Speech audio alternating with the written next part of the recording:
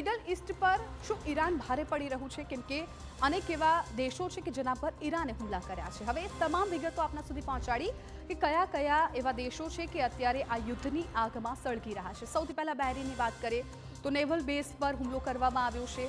હથિયારોના વેરહાઉસનો નાશ કરી દેવામાં આવ્યો છે.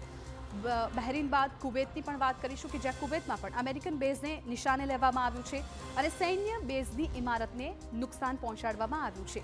આ સિવાય યુએઈમાં પણ આ જ સ્થિતિ છે. ડ્રોન હુમલાથી તબાહી મચી ગઈ છે અને મિલિટરી બેઝની ઇમારતને ધ્વસ્ત કરી દેવામાં આવી છે.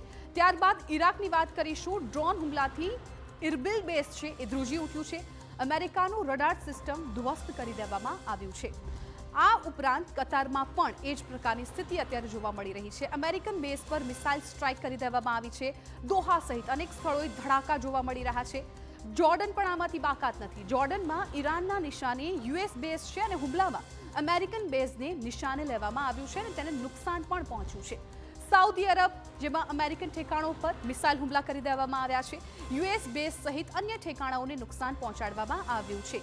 અને આ સાથે ઇઝરાયલ કે જ્યાં હાઇફામાં જોરદાર હુમલો કરવામાં આવ્યો.